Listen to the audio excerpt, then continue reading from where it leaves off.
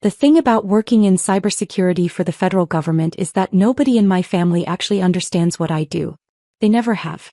To them, I'm just Marcus, the quiet 29-year-old who works with computers and still lives alone in a modest apartment instead of buying a house like my older brother Derek. Derek, the golden child. Derek, who manages a car dealership and never lets anyone forget it. Derek, who bought a 4-bedroom house at 26 and married his high school sweetheart. Derek, who Mom introduces as my successful son, while I get Marcus works with computers or something. I stopped trying to explain my actual job years ago. When I first got the position with the Department of Defense's Cyber Command Division, I tried to tell them it was important work. Dad had laughed. So you're like IT support for the government? That's nice, son. Maybe someday you'll get a real career like your brother. They didn't understand security clearances. They didn't understand compartmentalized information. They definitely didn't understand that my worthless laptop contained encrypted access protocols to systems that monitor threats to national infrastructure. But I couldn't tell them any of that. My entire job existed behind walls of non-disclosure agreements and security protocols. So to my family, I was just Marcus who worked with computers and made decent money doing something boring and technical that nobody wanted to hear about. The family dynamics had been this way for as long as I could remember. Sunday dinners at Mom and Dad's house were a weekly reminder of my place in the family hierarchy. Derek would arrive in his new truck, talking about sales numbers and commissions. His wife Rachel would show off new jewelry. Their kids would run around being adorable. And I would show up alone, drive a 7-year-old sedan, and endure the subtle and not-so-subtle comparisons. Marcus, still renting that apartment? Uncle Tom would ask as if he didn't ask the same question every month. Still single? Aunt Marie would add with fake sympathy. You know, Rachel has a friend. I'm fine, I would say quietly, the same response I'd given for years. The truth was, I made $140,000 a year with full federal benefits and a pension that would make most people weep with envy. I had security clearance that took 18 months of background checks to obtain. I worked on projects that would never make the news specifically because we successfully prevented the disasters. But I couldn't tell them any of that. So I let them think I was the family underachiever. 3 weeks ago things had escalated. Derek had started a new business venture. Some kind of online retail operation he was convinced would make him rich. He'd been asking me for tech advice constantly, which really meant he wanted me to build his entire e-commerce infrastructure for free. Come on, Marcus, he'd said over Sunday dinner. You work with computers all day. This would take you like an hour. Family helps family, right? I don't really do that kind of web development, I'd explained carefully. My work is more specialized. Specialized? Derek had interrupted with a laugh. Dude, you're IT support. Don't make it sound fancy. Can you help me or not? I really don't have time right now. Work has been intense. Mom had frowned at me. Marcus, your brother is asking for help. Surely you can spare a few hours for family? I tried to explain that my current project had me working 12-hour days, that I was literally sleeping 4 hours a night trying to patch a vulnerability in a critical system, that I was under deadlines that had national security implications, but I couldn't say any of that. So it just sounded like excuses. Forget it, Derek had said, waving dismissively. I'll hire a real professional. Someone who actually knows what they're doing. That had stung, but I'd swallowed it like I swallowed everything else. I'd learned a long time ago that defending myself just made things worse. The family had decided who I was and nothing I said would change that narrative. Then last Tuesday I'd made a mistake. I'd been working from home, deeply focused on a security audit that required access to classified systems. My secure government laptop was on my dining room table, connected through multiple layers of encryption and VPN protocols to servers at Fort Meade. I'd taken a break to grab coffee from the kitchen. I was gone maybe 3 minutes. When I came back, Derek was standing in my living room. Jesus, you scared me, I'd said, heart hammering. How did you get in? Used the spare key you gave me last year, he'd said casually, looking around my apartment with barely concealed judgment. Place is kind of depressing, man. You ever think about decorating? I'd quickly closed my laptop, mind racing. What are you doing here? How did you know I was home? Drove by, saw your car. Thought I'd stop in, see if you wanted to grab lunch. He gestured at my closed laptop. Working from home today? Must be nice to have that kind of flexibility. Yeah, I'd said carefully, not mentioning that I'd been up since 4 a.m. dealing with a potential breach attempt. Listen, I'm actually in the middle of something pretty urgent. Always working, Derek had said with an eye roll. When's the last time you just relaxed, man? Maybe that's why you're still single. Girls don't want a guy who's always stressed about his little computer problems. I'd wanted to tell him that my little computer problems this morning involved coordinating with the NSA to track a state-sponsored hacking group trying to infiltrate power grid systems in the Northeast. Instead, I just said, maybe you're right. He'd stayed for 20 minutes talking about his business and how well it was going. It wasn't. I could tell from the stress around his eyes. Before finally leaving, I'd made a mental note to get my spare key back. That had been Tuesday. Sunday dinner tonight had started normally enough. Derek had arrived late, in a worse mood than usual. I'd heard him arguing with Rachel in the driveway before they came in. Money problems from the sound of it. Dinner was pot roast. Mom's specialty. We'd all gathered around the table. Mom and Dad, Derek and Rachel, their kids, Uncle Tom and Aunt Marie, my cousins Jake and Sophie. Standard Sunday crowd. I'd been quiet as usual, letting Derek dominate the conversation with stories about difficult customers and supplier issues. He'd seemed agitated, distracted. Rachel looked tense. Then midway through the meal, Derek had suddenly grinned. Hey, so I need to tell you guys something, he'd announced. I solved my cash flow problem. Everyone had looked interested. Derek's business struggles weren't exactly a secret, despite his efforts to pretend everything was fine. Yeah. Dad had said. How's that? Derek had looked directly at me and something cold had settled in my stomach. So Marcus here had this old laptop sitting in his apartment, Derek had said casually. Just collecting dust on his table. I figured he wasn't using it, right? I mean, who needs 2 laptops? My blood had gone cold. Derek. What did you do? Relax, he'd said with a dismissive wave. You've got your work laptop from your job, right? This other one was just sitting there. So I listed it on Facebook Marketplace yesterday. Sold it this morning for $500. Not bad for an old laptop, right? The table had gone quiet. Everyone was looking between Derek and me. You sold my laptop, I'd said slowly, fighting to keep my voice level. The one from my apartment. Yeah, the old one on your dining table. Come on, don't be weird about this. I needed the cash and you clearly weren't using it. Besides, it's just a laptop. You can buy another one with your fancy government salary. He'd actually laughed. Family helps family, remember? My mind had been racing through the implications. That laptop contained encrypted access to classified systems. It had biometric security, remote tracking, and enough security protocols that unauthorized access would trigger immediate alerts. But if someone tried to crack it, if they managed to access even basic systems. Derek, I'd said carefully.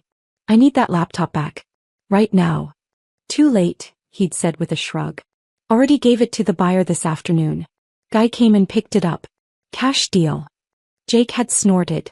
Dude, Marcus, it's just a laptop. Why are you being so uptight? Yeah, Marcus, Aunt Marie had added. Your brother needed the money. Surely you can understand that. Rachel had looked uncomfortable, but she'd said nothing. The kids were focused on their food. Mom had frowned at me. Marcus, you're making a scene. Derek made a mistake, but it's just a computer. Can't you just let it go? Sold your worthless laptop for $500. Derek had laughed, confidence growing as the family sided with him. Finally got rid of your junk. Jake and Sophie had actually high-fived him across the table. Already gave it to the buyer, Derek had continued. What are you gonna do about it, call the police? He'd looked around the table for validation. My brother, everyone. Can't even handle family borrowing his old junk without making it a federal case. The irony of that phrase would hit him soon enough. I'd stood up calmly, folding my napkin beside my plate. I need to make a phone call. Excuse me. Oh, come on, Derek had called after me. Don't be dramatic. It's just a stupid laptop. I'd walked outside to my car, pulled out my personal phone. Never use a personal device for classified communication, but I had a protocol for emergencies, and dialed my supervisor's direct line. Thompson, she'd answered immediately. It's Marcus Chin. Code Black. My secondary secure device has been compromised. There was a pause. Explain. I'd given her the brief version. Family member took device from my residence without authorization. Sold to unknown buyer. Device is currently unaccounted for. When? She'd asked, voice sharp. Transaction completed approximately 4 hours ago. Another pause. Stay where you are. Do not discuss this with anyone. How soon can you get to your brother and get buyer information? I'm at a family dinner with him now. Good. Keep him there. Act normal. I'm escalating this to cybercrimes and activating the device tracker. We'll have a team to your location within 30 minutes. Understood. Marcus, she'd said, voice softer. This isn't your fault. You followed protocol, keeping it in your residence. He committed a federal crime. Do you understand that? Yes, ma'am. This is going to be hard on your family. Are you prepared for that? I'd thought about every dismissive comment, every comparison to Derek, every time they'd made me feel small for doing work I couldn't explain. Yes, ma'am. I'd hung up and stood in the driveway for a moment, composing myself. The device had multiple security layers. Remote tracking was standard. The moment someone tried to power it on without my biometric authentication, it would trigger alerts. If they tried to bypass security, it would brick itself and transmit its location. The FBI Cybercrimes Unit was already tracking the device. They'd been notified the second the security protocols were breached. Derek had just sold classified government property to an unknown buyer. That was theft of federal property, unauthorized disclosure of classified materials, and about 6 other felonies I could think of off the top of my head. And he'd done it for $500. I'd walked back inside. The family was still eating, conversation having moved on. Derek was talking about his business plans, seeming to have already forgotten about the laptop. Everything okay? Mom had asked as I sat back down. Fine, I'd said quietly.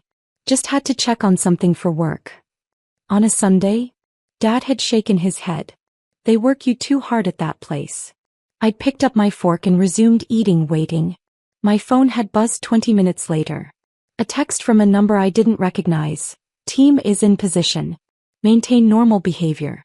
Suspect should not leave. I'd glanced at Derek, who was showing Uncle Tom something on his phone. Probably his business website. Completely oblivious.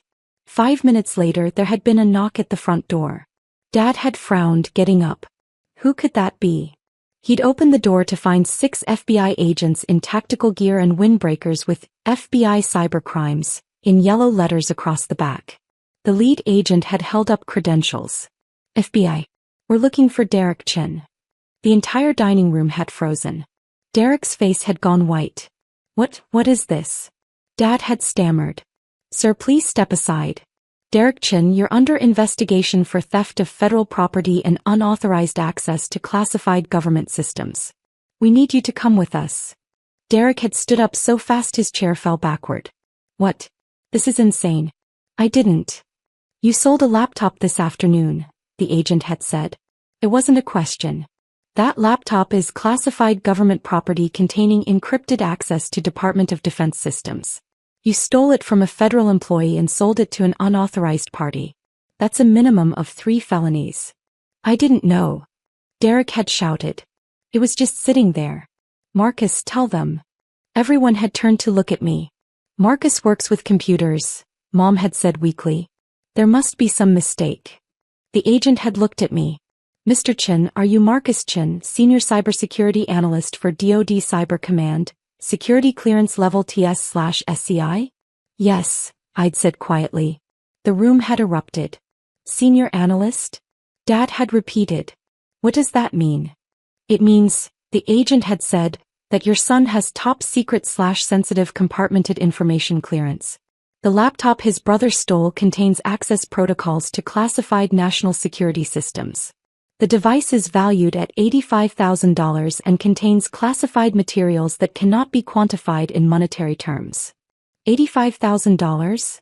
Aunt Marie had gasped. The hardware alone, another agent had said. The data is classified. Mr. Derek Chin, we're going to need information about the buyer immediately. Where is the laptop now? Derek had been shaking. I sold it to some guy on Facebook Marketplace.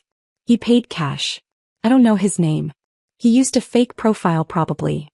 You sold classified government property to an unknown buyer, the agent had said flatly. Do you understand the severity of this? I didn't know. Derek had looked at me desperately. Marcus, you never told me. You said you worked with computers. How was I supposed to know? The device, I'd said quietly, has my name and DoD property tags on it.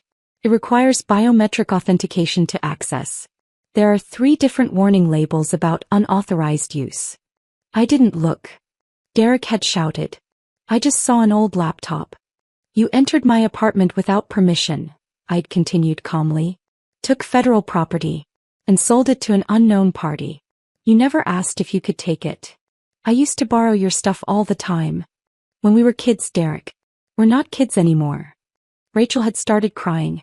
The children were confused and scared. Mom was sitting down heavily, hand over her mouth. Dad looked like he was in shock.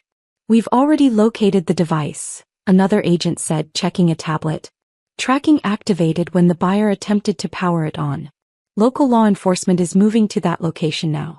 Mr. Derek Chin, you're going to need to come with us for questioning. Am I under arrest? Derek's voice cracked. Not at this time. But you're facing serious federal charges. We strongly advise you to cooperate fully and obtain legal representation immediately.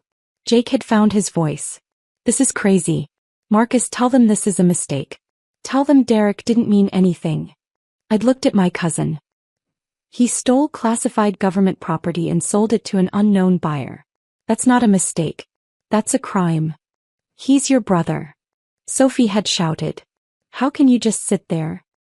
He committed a federal crime, I'd said simply. I don't have a choice. Neither does he. Uncle Tom had stood up. Now wait just a minute. This family doesn't turn on each other. Marcus, you need to tell these people this was all a misunderstanding. Sir, the lead agent had interjected. This isn't Mr. Marcus Chen's decision. Federal law is very clear about theft and unauthorized handling of classified materials. Your nephew committed these crimes. The evidence is documented. This isn't a family matter. It's a national security issue. Derek had been put in flex cuffs, for transport purposes, they'd said, and led out to an unmarked SUV. Rachel had followed, crying, trying to understand what was happening. The kids had been confused, scared. The agents had spent the next hour documenting everything. Getting statements, taking photos of Derek's phone and transaction records, explaining the process. Mom had finally looked at me, tears streaming down her face. You let them take your brother. He took classified government property, I'd said quietly. The moment he did that, the outcome was determined. I didn't make this happen. He did. You never told us. Dad had exploded. You let us think you were just some low-level computer guy. You never said you worked on important stuff. I couldn't, I'd said. My work is classified. I'm not allowed to discuss it.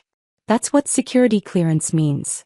So this whole time, Aunt Marie had said slowly, while we've been feeling sorry for you, you've been what? Some kind of spy. I'm a cybersecurity analyst. I protect critical infrastructure systems from hostile attacks. I've never been a spy, and I've never asked anyone to feel sorry for me. The lead agent had finished his documentation and approached me. Mr. Chin, you'll need to come to our office tomorrow for a full debrief. Your supervisor has been notified. You'll likely be placed on administrative leave pending the investigation. Investigation of me? Standard protocol when a secure device is compromised. It's not punitive. You followed proper security procedures. But we need to document everything and ensure no additional breaches occurred. I'd nodded. I understand. For what it's worth, the agent had said quietly so only I could hear, you did everything right. Your brother made his own choices. After they'd left, the family had sat in stunned silence. $85,000, Uncle Tom had finally said. For a laptop.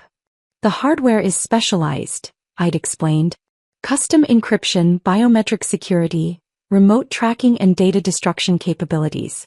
Plus access to systems that monitor power grids, water treatment facilities, transportation networks. Basically the infrastructure that keeps the country running. Jesus Christ, Dad had breathed. You protect all that? I'm part of a team, yes. We monitor for threats, patch vulnerabilities, coordinate responses to attacks. Most of our work prevents things that never make the news because we stop them. Why didn't you ever tell us? Mom had asked, voice breaking. Because I couldn't. And because you never seemed interested. Every time I tried to explain my work, someone would change the subject or make a joke about IT support. Eventually, I stopped trying. Sophie had looked at her phone.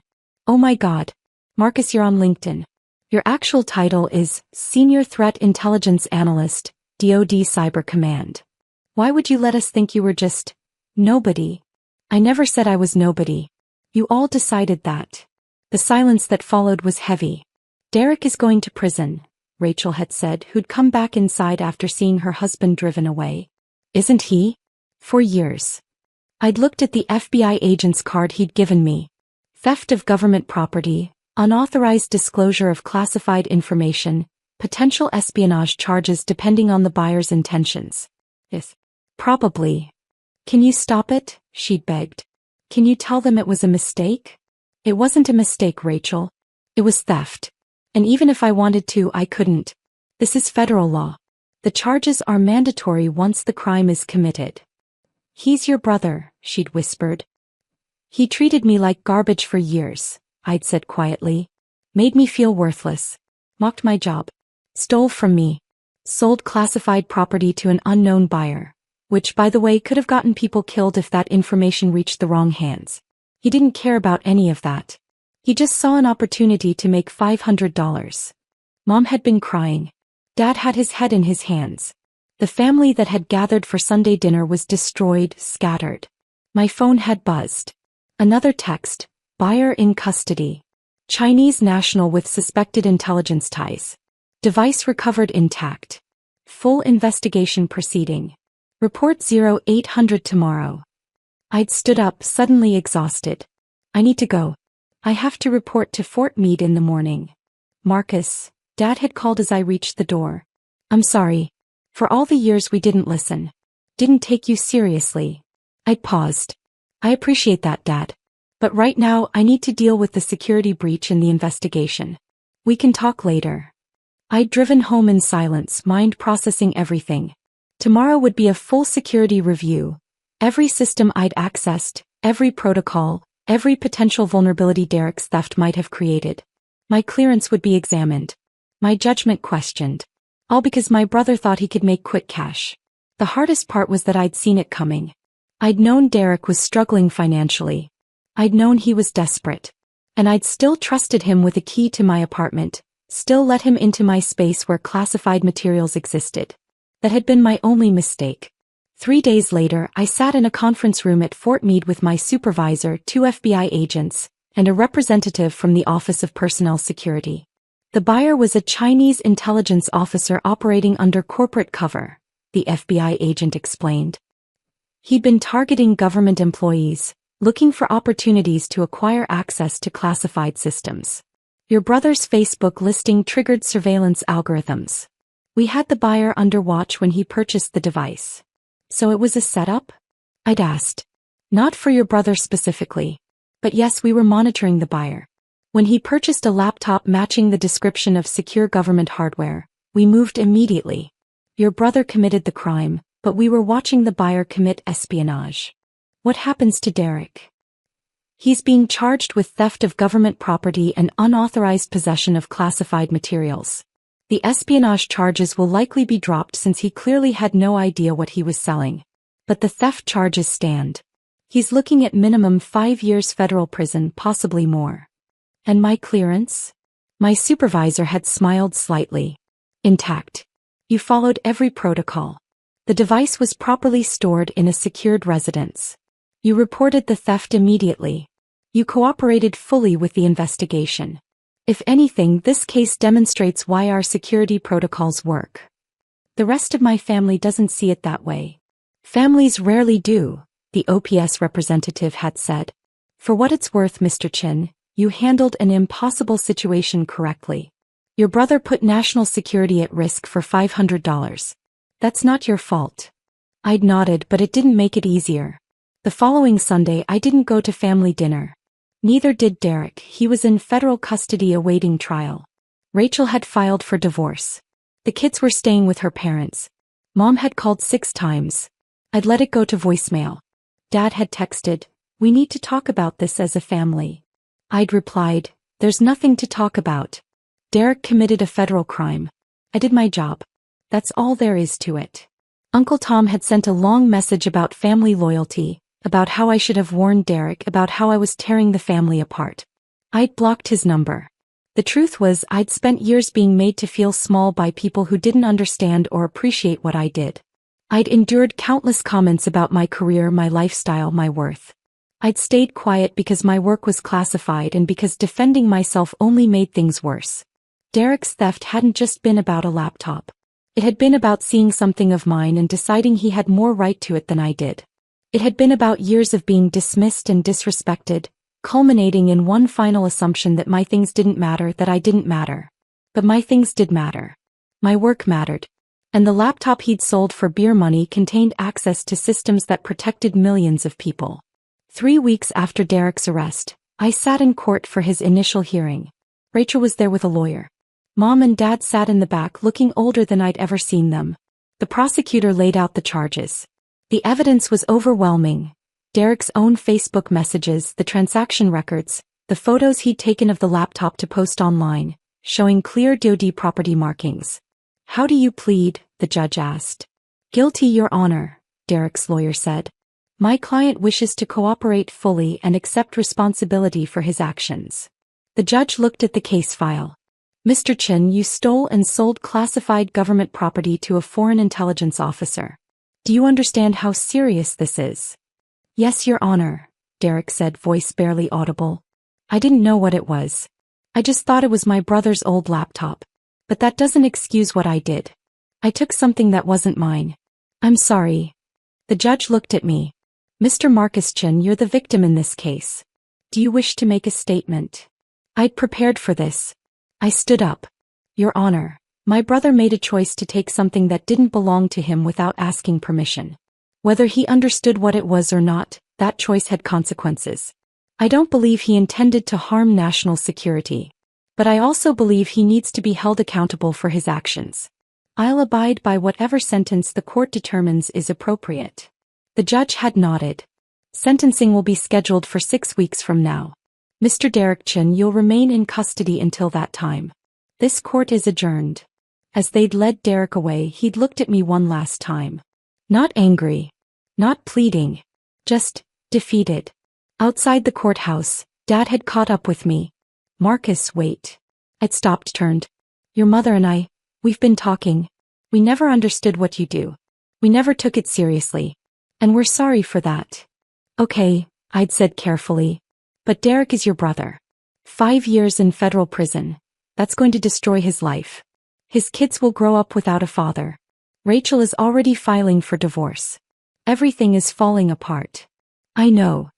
Can't you do something? Talk to someone? Get the charges reduced?" I'd looked at my father, really looked at him. Saw the desperation, the pain, the hope that somehow I could fix this. "No," I'd said quietly. "I can't. And even if I could, I wouldn't." Derek made his choice. He stole classified government property and sold it to someone who turned out to be a foreign intelligence officer. People could have died if that information had been compromised. That's not something I can just ask people to overlook because he's my brother. "So you're choosing your job over your family?" "I'm choosing national security over protecting someone who committed a serious crime. That's not about my job or my family. That's about doing what's right." Dad had looked at me like he didn't know me. Maybe he never had. "I don't know if I can forgive you for this," he'd said. "I'm not asking you to," I'd replied. "But understand something, Dad. For years, you and everyone else in this family made me feel like what I do doesn't matter.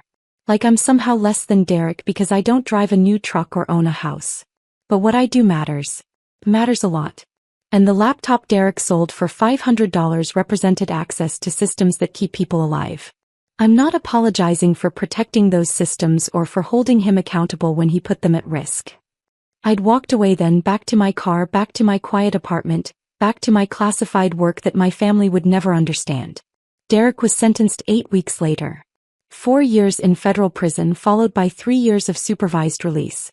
He'd serve his time at a minimum security facility in Pennsylvania. Rachel divorced him 2 months after that. The kids would visit him once a month. His dealership job was obviously gone. When he got out, he'd be a convicted felon with a destroyed career and a shattered family. And every bit of it had been his choice. As for me, I received a commendation for my handling of the security breach. My clearance was upgraded. I was offered a promotion to lead analyst with a significant pay increase. I took it. The family stopped inviting me to Sunday dinners. I didn't fight it. Some relationships can't survive the truth. And the truth was that I'd spent years being someone small in their eyes because I couldn't explain who I really was. Derek had stolen from me thinking I was weak, thinking I wouldn't fight back, thinking my things didn't matter. He'd been wrong on all counts. The last communication I had with him was a letter he sent from prison 3 months into his sentence. Marcus, I know you won't forgive me. I don't expect you to. I just want you to know that I finally understand. You weren't just some computer guy. You were protecting important things. And I treated you like garbage for years because I didn't understand. I'm sorry. I know it's too late. But I'm sorry. Derek. I'd read it once, then filed it away. He was right. It was too late. But maybe it had always been too late. Maybe the damage had been done years ago with every dismissive comment and every assumption that I was less than him. The laptop had just been the final proof of what he'd always believed. That my things were worthless, that I was worthless, that taking from me didn't matter because I didn't matter. He'd learned differently. They all had. And now I could finally go back to my work. Important, classified, world-protecting work, without the weight of their judgment. Without the pretense that I was anything other than what I'd always been. A senior cybersecurity analyst who'd stopped an espionage attempt before it could harm anyone. That was enough. It would always be enough.